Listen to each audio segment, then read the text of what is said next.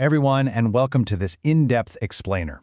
Today, I want you to imagine I'm your senior advisor, and you've just walked into a briefing room facing a critical, rapidly escalating governance crisis. We are going to unpack a classic ethics case study, providing a really comprehensive, detailed breakdown of examination integrity, the right to protest, and the ultimate test of institutional accountability. I want you to picture the scene right now. Thousands of students are out on the streets of the Capitol.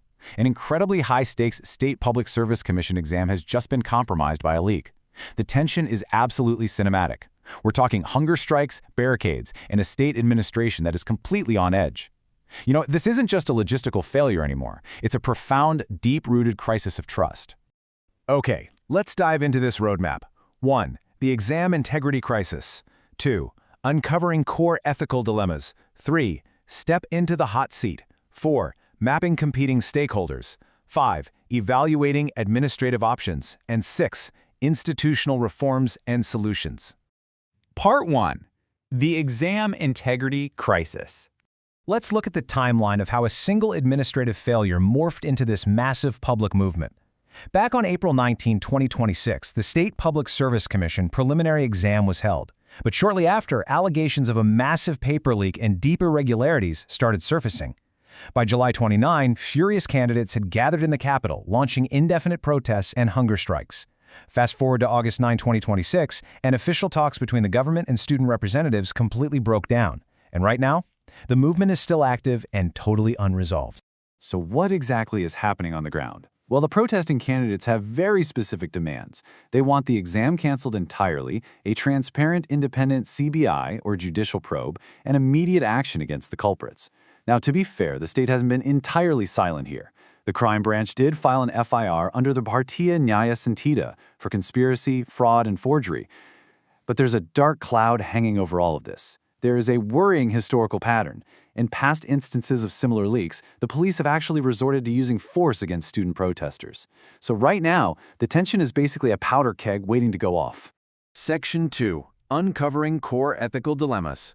And this brilliantly illustrates how raw facts connect to underlying philosophical tensions. These on-the-ground realities perfectly map onto core ethical concepts. First up, the fraud in recruitment. That isn't just a legal issue. It strikes right at meritocratic justice. Government jobs dictate the futures of thousands of youth, right? So if the foundation isn't merit-based, the whole system just collapses. Second, we have protests versus police force. This is a massive clash between the students' Article 19 constitutional right to peaceful protest and the principle of proportionality in state response. Third, the fact that these leaks happen in repeating cycles points to a massive failure in institutional accountability. Canceling one exam just isn't enough when the structure itself is broken. And finally, the delayed dialogue. Having multiple failed talks while students literally starve shows a severe lack of empathy in governance. Section 3. Step into the hot seat. Now it's time to break the fourth wall. You are no longer an observer here. You are the decision maker. Put yourself in the shoes of Arjun Sinha, an additional secretary in the State Home Department. The situation has hit a boiling point. 3 weeks have passed, talks have completely failed. The Director General of Police, the DGP, is standing in your office telling you that law and order is deteriorating fast, and he's demanding the immediate use of force to clear the protesters. But here is your real Socratic dilemma. You have hidden internal knowledge. You know for an absolute fact that there were severe flaws in the exam process. The government just hasn't admitted it yet because they know it would totally damage the image of the commission and the state. So, with the police ready to crack down on rightfully angry students, what will you do? Section 4. Mapping competing stakeholders. Before you can even think about making that choice, you have to survey the battlefield. Everyone's interests are colliding right now. Look at this breakdown. First, there's you, Arjun Sinha. You're torn between your strict administrative duty to follow orders and the moral courage it takes to admit an uncomfortable truth.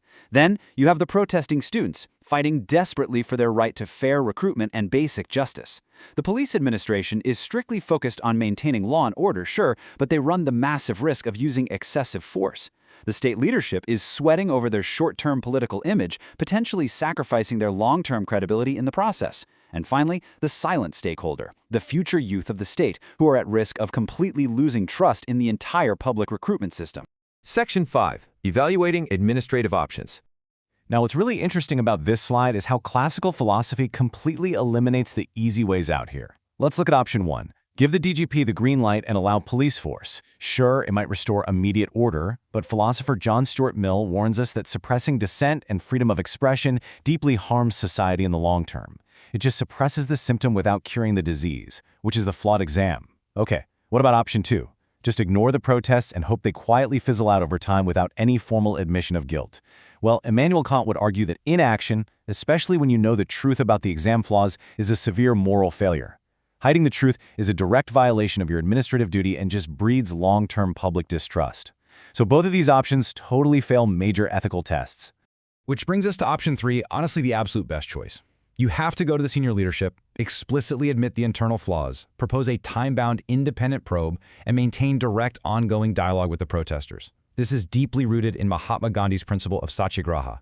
Admitting a mistake isn't a weakness, it's the ultimate mark of moral leadership. And on top of that, political philosopher John Rawls, in his theory of justice, argues that institutions absolutely must be reformed for the benefit of the least powerful in society. And in this specific scenario, the least powerful are those unemployed youth sitting out there on a hunger strike. So, the verdict for Arjun Sinha is crystal clear. True administrative courage means prioritizing the truth over optics. You just have to accept the short-term political discomfort and the temporary hit to the government's image. Doing so is literally the only way to rebuild long-term institutional credibility and restore the public's faith in the entire system. Section 6. Institutional Reforms and Solutions. Let's move to and see how this builds into systemic change. Because solving the immediate crisis on the streets is vital, but it just isn't enough. We must prevent it from ever happening again. Based on our source material, here are the 4 systemic reforms needed to build a foolproof system. Step 1. External audits. The examination process must undergo mandatory, independent, third-party technical security audits. Step 2. Transparent probes. We need a swift grievance redressal mechanism so that the moment a complaint is filed, it's investigated transparently long before it snowballs into a mass protest. Step 3. Regular dialogue. Instead of waiting for a crisis, institutions should hold weekly meetings and keep regular communication channels open with student bodies. And Step 4. Tech security. It is time to enforce modern standards, like end-to-end encryption for digital materials and strict biometric verification for all candidates at exam centers. I want to leave you with a final, provocative thought. A little piece of homework directly from this case study. When you are the one in power and public trust completely shatters, how will you balance the very real, very heavy pressures of political survival with the ethical demand for absolute transparency in your administration? Which thinker's framework will actually guide your hand? Take some time to reflect on that, apply it to your own future leadership, and I will see you in our next explainer.